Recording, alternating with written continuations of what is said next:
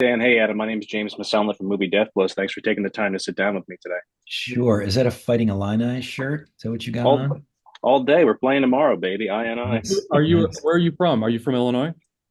I'm from Philadelphia originally, but I lived in Chicago and we moved back to Philadelphia. Oh, my dad's whole family is from Illinois and Chicago. My grandmother lives in Romeoville, Joliet area right I grew up in Joliet, so there you go. now. There you go. So I got to ask, what's it been like for you guys to have the show premiere, get canceled, and then finally come back again, but like 3 years later at that point? Has it been like musical chairs for you guys? Are you excited for season two? I'm thrilled that it's finally seen the light of day. I mean, yeah, the cancellation was a bummer, but fairly quickly. Katie O'Connell used to work at Boat Rocker. When she hit the road, like traveling salesman, and she piqued the interest of Freevee and Amazon, and we landed there pretty quickly. It was, there were delays for actor schedules because we had to get people back on board. There were delays for the strikes, in terms of getting it on the air, but we were still in the flow of it. And when Jeff Daniels is excited by something, he gets it in his teeth and he doesn't let it go. And he really wanted to continue this, and it was a thrill to write it. I know Adam, season one was based on an actual book, but season two, are you guys going on like an outline? Had you talked to the author from that book, or is this you guys just coming up with it on the fly? It was us coming up with it on the fly, and it was showing up in the writer's room on day one with some general ideas, and then just kind of bouncing and throwing spaghetti and bouncing balls off the wall. And the fracking energy stuff came in, which I thought was I was a little bit intimidated by because I didn't know a lot about it, but we dug deep into it and we found that it was really compelling. And then we had some cool crime stuff spinning out of that and some fun character stuff to watch them dance on the dance floor.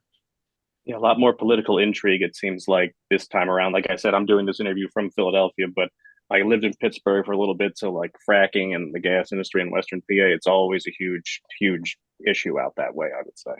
Yeah, and getting Del Harris, Jeff's character, back into Pittsburgh so we could smash up these communities together, Buell and Pittsburgh, and having him try to navigate running in between them and his old life back in Pittsburgh. That was really fun to do, and then to see Jeff play it. Did you guys have any hesitation about sending him back to be a detective in Pittsburgh? Like he's already done that. We want to stick with this, or was it just like he needs to go back and finish what he started? Now, when you can get Luna to be his partner, then anything goes, and he was excited about that. I usually judge a show by its cast, and I actually watched American Rust when it was on TV, and I was like, Bill Camp's in this. I'm sold. Anything Bill Camp is in, I'm Yeah. 100% there. And he's not in it season two, obviously, but I know you guys have worked with him before. But that was the selling point for me. Yeah, we actually joked that we were going to bring him back for season two as a different character, like with a Norwegian accent. We He could actually do it. really did think about it, and then we were like, no, we can't do that. That would be like a Muppet movie.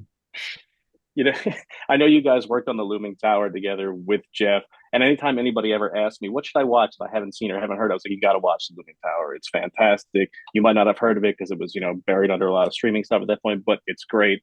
Would you guys come back and work on something else together like that? Yeah, of course, of Kind of course. I would do anything with Danny. I mean, we're kind of joined at the hip at this point, and it's I wouldn't want to be doing it with anybody else. Dan, I Yeah. grew up with you in front of the camera from, the Birdcage to Judging Amy and stuff like that. And are we ever going to see you get back into, acting? I know it's been a couple of years since your last in-camera role.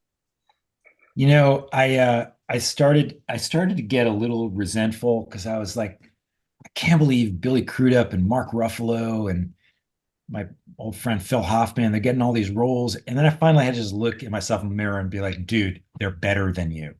Maybe like do something else and you'll be happier. Write stuff for them. And so I did. I wrote for Phil and for Mark, and yet to we got to target Billy, I guess, next. You wrote for Billy. Billy was in one of your plays. Really within one of my plays, and he's hard to get. So I got lucky.